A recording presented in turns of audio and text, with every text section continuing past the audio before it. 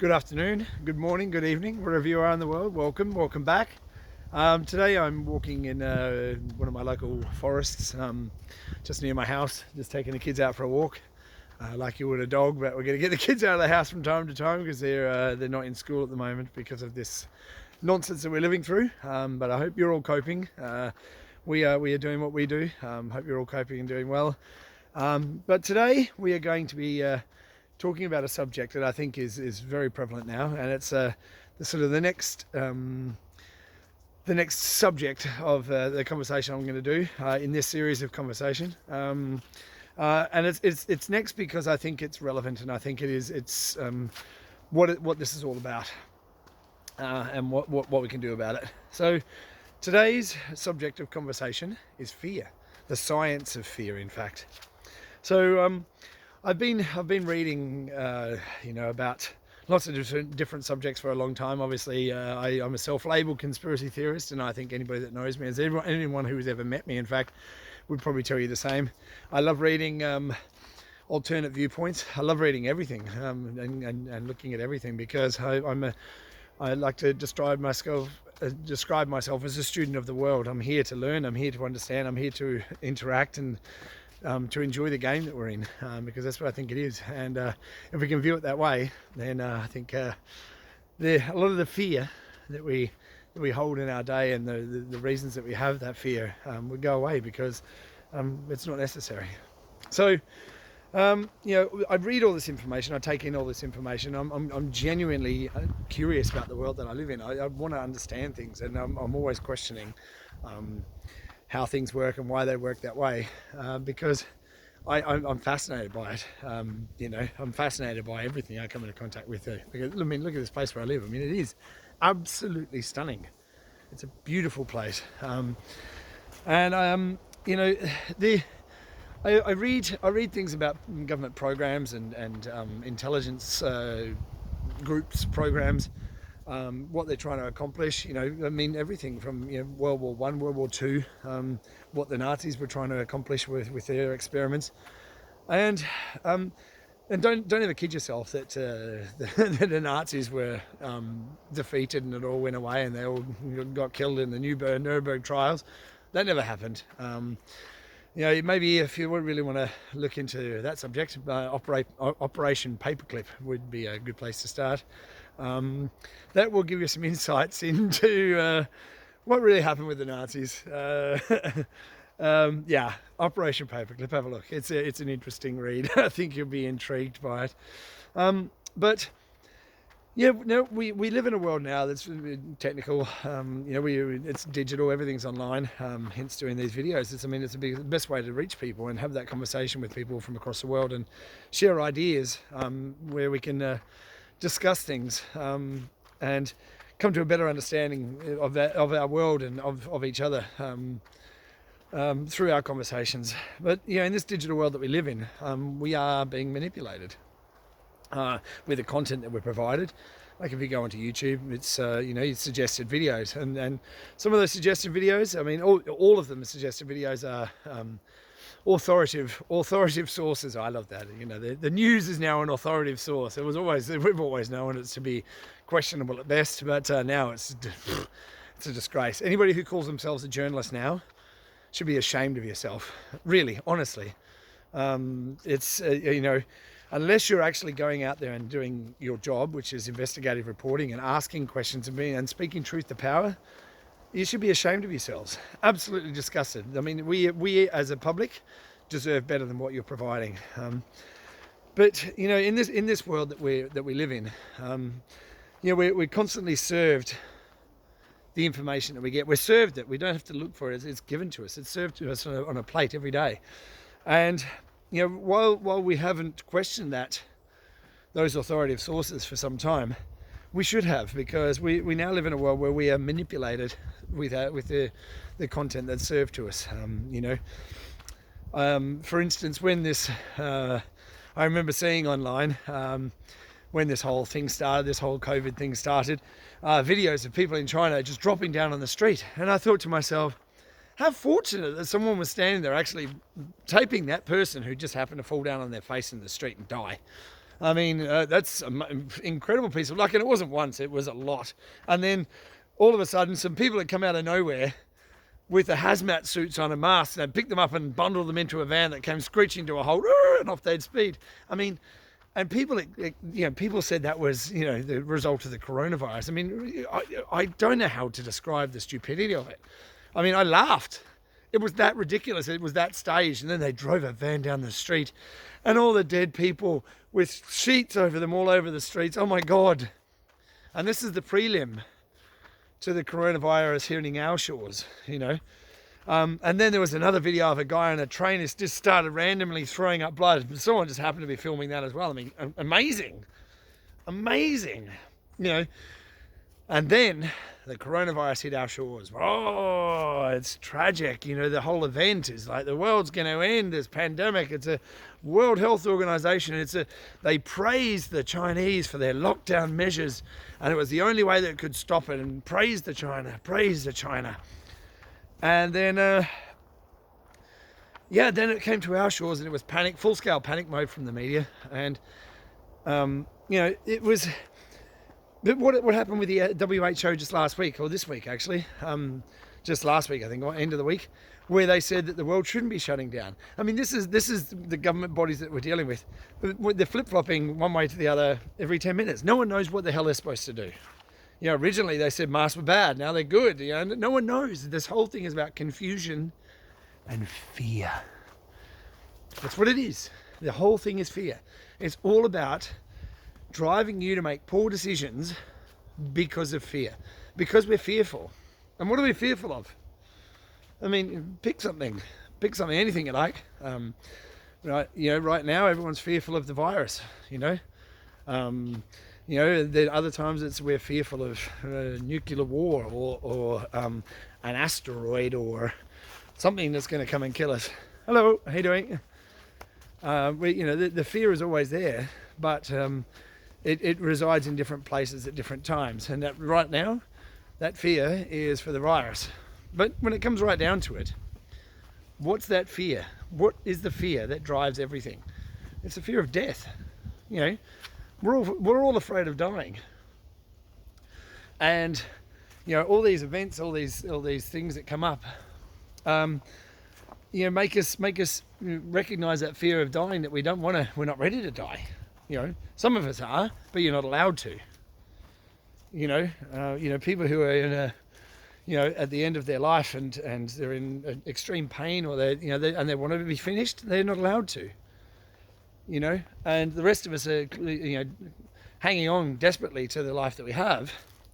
And other people want to end theirs because they're in so much pain and suffering. We don't allow that. But it's fear. And that fear, when you're making decisions from fear, they're never good decisions, because it's your judgment and the way that you would normally assess the reasons why you're making that decision in the first place, and the direction that you could go is influenced by how you feel, your emotional state. And if you're living in the state of fear, then your decisions your decisions are governed by that space where you're making the decision from. So here we are, deliberately being manipulated with fear, and that's an agenda, of course. What's the agenda? The agenda is to have you make poor decisions, this is where we are, and the fear is being driven by the media, who we've discussed before, of course, government, local governments wherever you live. I don't think anyone's in a better state anywhere in the world. I've got friends in Australia, we're here in the UK, other friends in America. Governments are not doing a great job. I think there's a lot more to this than we're being told, of course. Tunnels and children. Yeah, if you haven't heard about that, then maybe have a look into that as well. But the fear, and it's used in such a way, and it's contrived in such a way to have you fearing everything. Have you fear your neighbor. You can't shake hands with someone, you can't kiss someone because of fear. You're taught not to trust each other. This divide and conquer, we've spoken about this before as well. Divide and conquer, to rule over, and it's a constant level of fear on you, constant. If you don't make the right decisions in your life, if you don't go to university, everything is about fear. We're being driven by fear every single day, and look where it's got us. Look where it's got us. So, a few years ago, I had an experience where I came to understand that I could have the things that I wanted and I could do the things that I wanted. The opportunities would become available to me when I changed my mental attitude towards it. So rather than constantly worry and be fearful and panicking about wanting to do something and not being able to do it and constantly chasing after the thing that I wanted, I relaxed and I trusted that I could achieve and that a way would become clear. And that level of trust is not easy. I have to say, it's very, very difficult to foster and nurture. But the thing that drove me and the thing that kept on me going through all those experiences where I was losing less and less fear was I was pushing myself beyond things that I thought that I could do. And it's because I pushed myself and I broke those barriers in myself that said, my self-limiting beliefs, if you like, my self-limiting beliefs were holding me back. That fear, and that fear again, that fear comes from a place of, if you're in a job that you're secure in, you know how to do, then you stay in that and you don't push yourself beyond that, because the fear of failing or the fear of people mocking you or laughing at you or whatever those fears are, it's still a fear. So I was bound by that fear for a long time, and that fear gave me a self-limiting belief of what I thought I could do and what I could do in every aspect of my life. How much money I was making, where I lived, everything. So, it was only when I had the experience in my life that I came to understand that I can manifest, if you like. I don't know, that's words used a lot in spiritual circles. Manifesting my own reality through my emotional state that I was in when I was making decisions. And what I came to see was that as I let go and I trusted myself and trusted what was being given to me, with those opportunities that were given to me and why they were so prominent in my life at the time, and I made those decisions to go ahead and take those opportunities, the fears became less, and I've now got to a point in my life. I still have fear. Don't let anybody tell you that they don't, because they're lying. I still have fear, but I have a lot less fear because I've challenged myself over my life to the point where I've challenged my career. I've challenged my thinking. I've challenged my belief systems, because if you're not challenging, you're not asking questions, then how can you ever change the record that you're hearing all the time? I don't want to stay the same person. I want to challenge myself. I want to do good and want to be good. And how far can I get? Well, I won't know until I try, until I push myself, and that's what I'm doing, and that's helped me let go of fear. Now, I think the biggest thing that comes out of this for me is, and I think it's a wonderful thing. Like in my last video, you saw the shirt that I was wearing, and there's a movement happening called the Great Awakening. This fear that's being punched into us every single day, for many, many reasons. There's many programs that have been developed that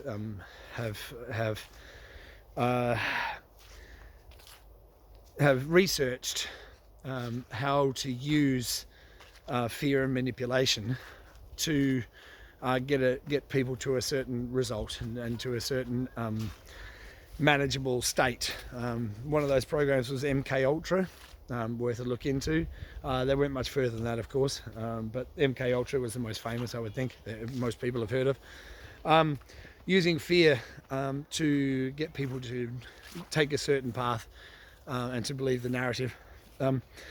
So the good thing that I think is coming out of this is that we are now getting to a point where people are starting to wake up and go, hold on a minute, this is utter garbage what they're telling us. This is how we can't live like this. And people are coming to, question the reality that they live in because of these events. So while this is horrible and it's not a situation that we want to be in, it's essential for us to be in it. To the people who have got to that point in their life where they have let go of all that fear and the belief systems that we've always been told, and have taken a separate route and a different path on how we get information, how we share information. It's harder for us in a way because we have to wait while we have this transition. And it's difficult to watch everyone around you suffer and hurt and be in pain. And they don't have to, but they are, because they don't understand that this is a necessary evil that we have to go through. And I wish it wasn't. I wish it wasn't here. I wish that we didn't have to. But in order for people to see the magnitude of influence and the intimidation and hurt that's being caused to us all by, it is a small group of people that have manipulated us like this to keep us enslaved. This is necessary, and we have to go through this process.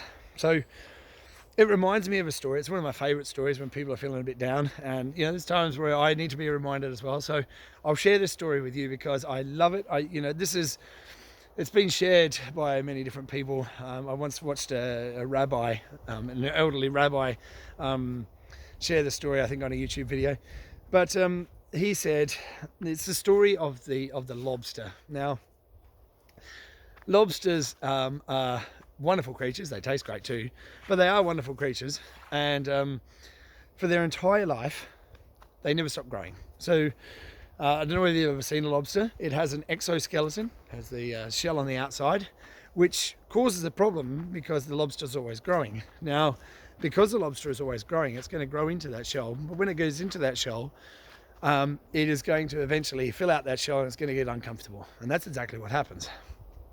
Now, that lobster can put up with that pain and that pressure that it's feeling for a short time, and it's going to get to a point where it can't stand it any longer, and then it's going to do something. So then what it does is it goes and finds a rock, it strips off that shell, it's exposed for a short period of time, and then it grows a new exterior shell. And it goes through that whole process again, where it grows into the new shell, gets uncomfortable, and it sheds its shell and then moves along. Now, the moral of the story is that nothing ever changes while you're comfortable. You have to get to a point of discomfort where you're willing to make a change. And that's where we are. This is a convergence point of so many different aspects of our lives. Electricity, how we produce our electricity, how we're interacting with the world, politics, financial. I mean, everything right now is coming to a head right now. This is the most important time in human history. And I can't understate that. That's where we are, This is what we're going through now is the most incredible and important thing that's ever going to happen to us. And most people are blind to it. And they're not able to see beyond the shiny thing, which is the virus, everything's being done behind the veil of the virus, or under the veil, or, children are being rescued, paedophile rings are being shut down, exposed politicians, Hollywood, musicians. The influence and the power of the world is shifting from a dark, demonic,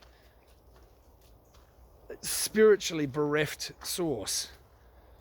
The demons that have been, perpetrating the kind of evil that they've been doing on this planet for millennia is coming to an end. Their reign of terror and horror and fear and just pain and anguish that they've caused is coming to a reign. Their reign is coming to an end, and we're here to witness it. This transition from where we are to where we're going is going to be difficult. This isn't done yet. And this is the thing that I want you all to understand. This isn't done. We're not there yet. We are still in a transition phase where it's a long road. It is a long road to where we're going. But it's a necessary road for us. You know, we are transitioning, and we have to go through that pain. We're at a point now where we're feeling the pain, but what's it going to take us past that? You know, what event is it going to take us past that, for everyone to realise that we've been in pain for a long time and we have to change things? That's where we are. So don't have fear. I know it's difficult it's easy to say and it's difficult to do, but foster that you don't need to have fear. Fear doesn't drive you. Fear only drives you to a place you don't want to be. You know, go out, do things that make you happy. Look, we're out walking in the forest, getting a bit of fresh air. Do it as much as you can, because you know, the more we lock ourselves away and the more we stay away from the people that we love and places that we love, without doing exercise, without having good food, good vitamins, sunshine, interaction with other people, if we don't have all those things, this is why you're going to have misery, and this is why we're going to have fear. Turn off the news. Turn it off. It doesn't serve you. You know, stay in touch with your loved ones and your friends and your family, and nature, and let go of the fear, because if you can let go of that fear, your life's going to get a whole lot better.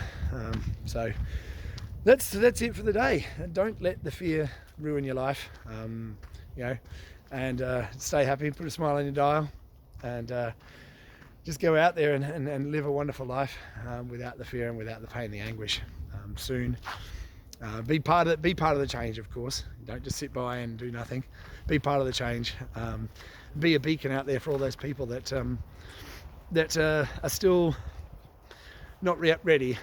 Be the beacon. Put your voice out there. Talk to your friends. Or if you can't have, if you're a bit worried about sharing your own voice and you're not coming across as you know, how genuine you'd like to be, then share this. You know, if this resonates with you, you know, if you like what I'm doing, hit the like button. Share it. Sharing helps. You know, the more people we can get in contact with, the more it helps. And of course, subscribe to the channel if you really like what I'm doing. I hope you do. And if you do, I look forward to seeing you soon, and have a wonderful day. Take care. Bye.